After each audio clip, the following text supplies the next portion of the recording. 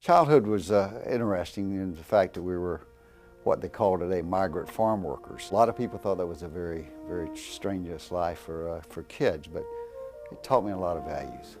Talking to my mother actually yesterday, just before coming up here, and she always begrudges the fact that we had to travel like that and do all the work we did. And I hug her and kiss her and say, it's probably the best thing that ever happened to me in my life, was the fact that I learned at a very early age to work with people, to understand that a good day's work, there's nothing bad wrong with it. Ronald Ray left high school in 1959 to enlist in the Army. After serving a 3-year tour, he re-enlisted to become a member of the U.S. Army Special Forces. By June of 1966, Ray was in charge of a platoon with the 35th Infantry, operating in the Yadrang Valley. They were part of a larger operation intended to stop the North Vietnamese from entering Vietnam from Cambodia.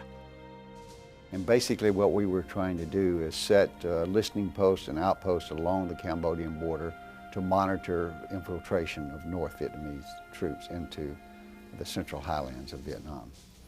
And so I had set up about 3 listening posts along my sector. We went out on a patrol one day and we captured one guy, and I had to shoot another one. And I never forget when I went over and rolled his body over and started searching the body to see what was on it. It was only one thing on his whole body, and that was a little fold out, like a little billfold.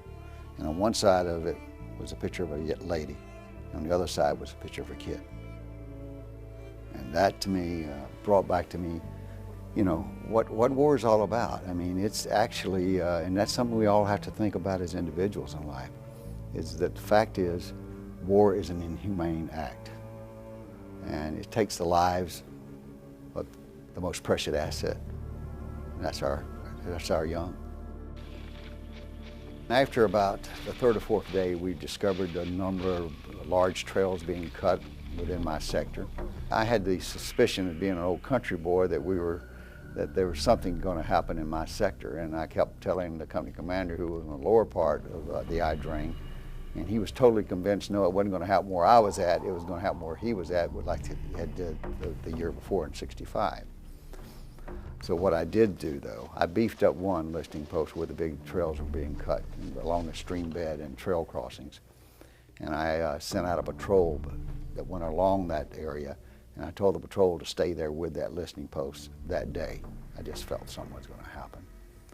And sure enough, that outpost got surrounded. I got a call saying we're pinned down and we can't break contact.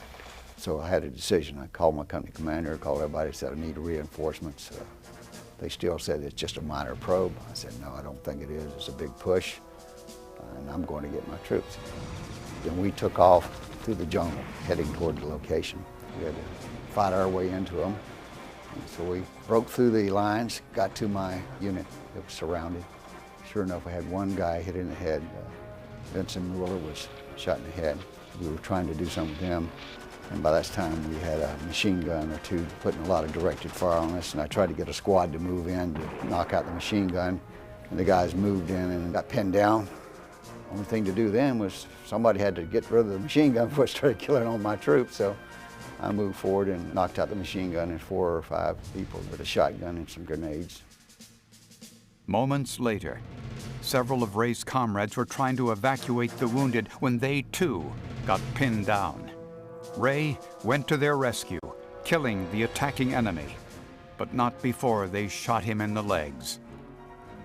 And just turned around at that time, and I still was able to move, and they lobbed another grenade in next to 2 of my individuals, my radio operator and Vincent. And I yelled at them and yelled, but they didn't. They didn't move. So I was already hit, so I dove in between, covered their bodies, and then I got some more grenades in the legs. There was no question to me, and never has been. My life was not near as worth as any one of those. If there had to be someone to die that day, it was going to be me, not them. still receiving fire from one area. Pulled myself over and took the last 2 grenades I got and flew in on those guys and got rid of them. Then it was something else. Just totally peace. Not one shot.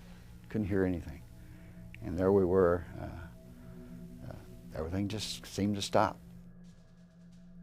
So it started picking up, and I realized then I couldn't move. My legs were, I was paralyzed from waist down. So I said, okay, this is no problem. I said, you guys get everything up, get up, leave me the shotgun and 2 things, and get going. And so they all started packing up, and never forget, they all get up and they start running, and finally started running. He said, what are you saying? I said, get on out of here.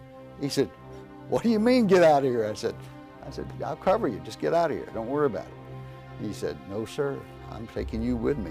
He said, okay, we're the last 2 out. So everybody took out and he picked me up and put me across his shoulder and he carried me down the hill. Pretty neat, pretty neat. The troops on the ground wanted me to get the highest award. It was presented by President Nixon. It was a moving ceremony, it really was. It was definitely one of the top events in my life. But the truth of it is, it was being able to be honored by my country for doing what I should do. You know, I didn't do anything more than what everybody should do. I mean, if you're a leader and you're entrusted with the leadership of human beings and so forth, that's what you're supposed to do. You're supposed to lead them best you can, fight the battle the best you can, but you should protect them the best you can. And that's all I did, was protect my troops.